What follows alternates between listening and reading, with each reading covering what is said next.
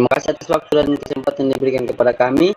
Kami dari kelompok 12 akan mempresentasikan hasil kerja kelompok kami itu tentang coronavirus.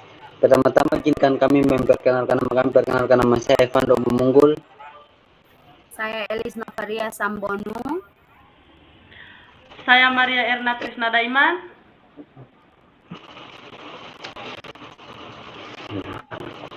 Coronavirus atau yang dikenal dengan COVID-19 merupakan kasus pneumonia baru yang pertama kali dilaporkan di Wuhan, Cina atau Provinsi Hubei. Dalam waktu beberapa bulan, penyakit ini telah menyebar di berbagai negara seperti di Thailand, Jepang, dan Korea Selatan, bahkan ke seluruh dunia. Coronavirus disease 2019 atau COVID-19 adalah penyakit menular yang disebabkan oleh Severe Acute Respiratory Syndrome coronavirus atau SARS-CoV-2. SARS-CoV-2 merupakan coronavirus jenis baru yang belum pernah diidentifikasi sebelumnya pada manusia. Setidaknya ada 2 jenis coronavirus yang diketahui menyebabkan penyakit yang dapat menimbulkan gejala berat seperti Middle East Respiratory Syndrome atau MERS dan Severe Acute Respiratory Syndrome atau SARS. Berikut.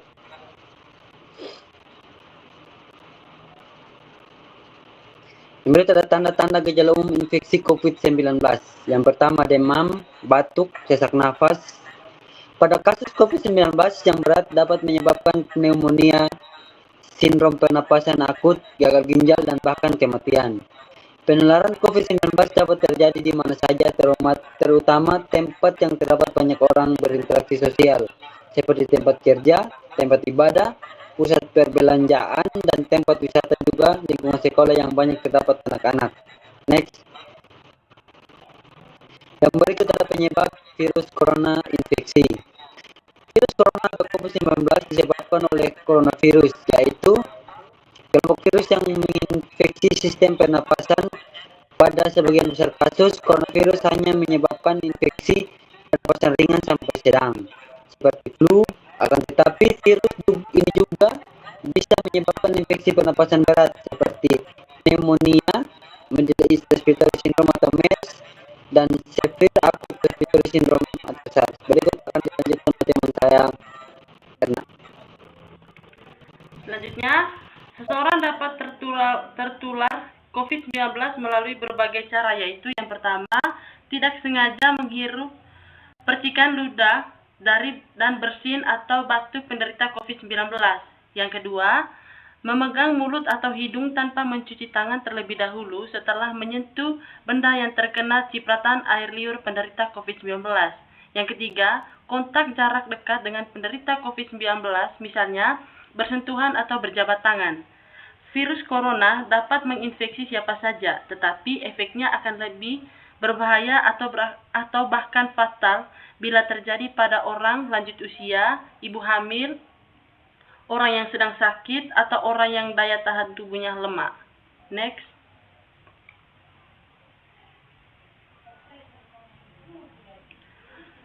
Diagnosa virus corona. Yang pertama, uji sampel darah. Yang kedua, tes usap tenggorokan untuk meneliti sampel dahak atau tes PCR.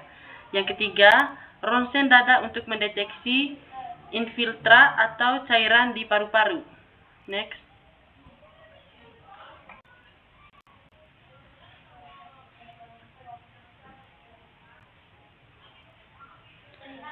Faktor risiko berat.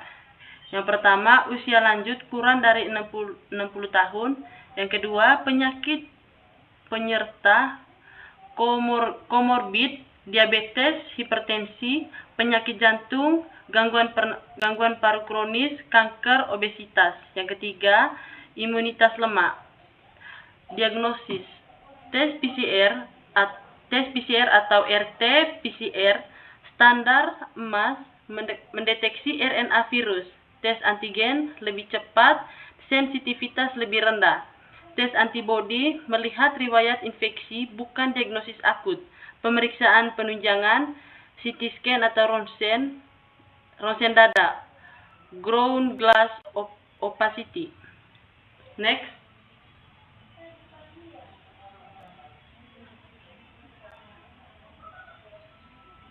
Komplikasi virus corona.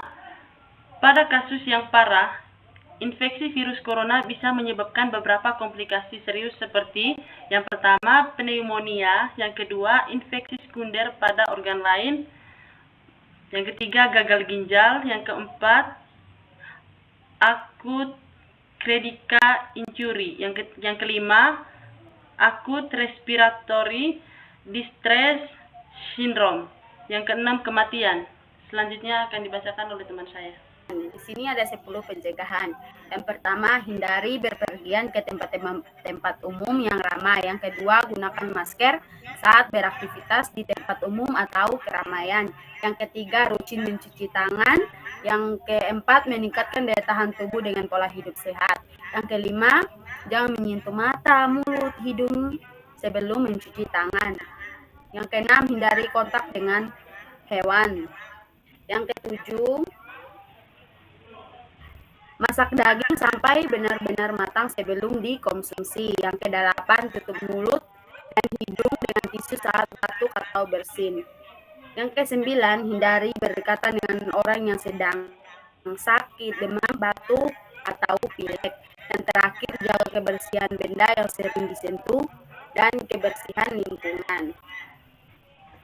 Di sini dari penjelasan yang sudah disampaikan, COVID-19 merupakan jenis virus baru yang kasus pertamanya ditemukan di kota Wuhan, Cina pada bulan Desember 2019 dan telah menyebar ke seluruh dunia yang menyebabkan krisis kesehatan masyarakat. Coronavirus adalah keluarga besar virus yang menyebabkan penyakit mulai dari gejala ringan sampai gejala berat. Virus ini memiliki mekanisme penularan yang sehingga penularan virus tidak dapat terkendali dan mengakibatkan penularan semua kelompok umur. Lansia tergolong dalam kelompok rentan terpapar COVID-19. Maka perlu dilakukan pencegahan untuk tetap menjaga kesehatan lansia tetap optimal selama masa pandemi COVID-19. Untuk mencegah penyebaran infeksi adalah melalui cuci tangan secara teratur, memakai masker, dan menjaga jarak. Melalui faktor-faktor yang mempengaruhi optimalnya kesehatan lansia di masa pandemi COVID-19 ini antara lain melakukan social distancing atau pembatasan kegiatan sosial, dukungan keluarga, dan dukungan sosial. Optimisme dari lansia melakukan aktivitas fisik, adaptasi dengan kebiasaan baru seperti memakai masker, dan rutin mencuci tangan. Demikian presentasi dari kami kelompok 12 tentang COVID-19. Jika ada salah kata, mohon maafkan, bukan mencari yang baru.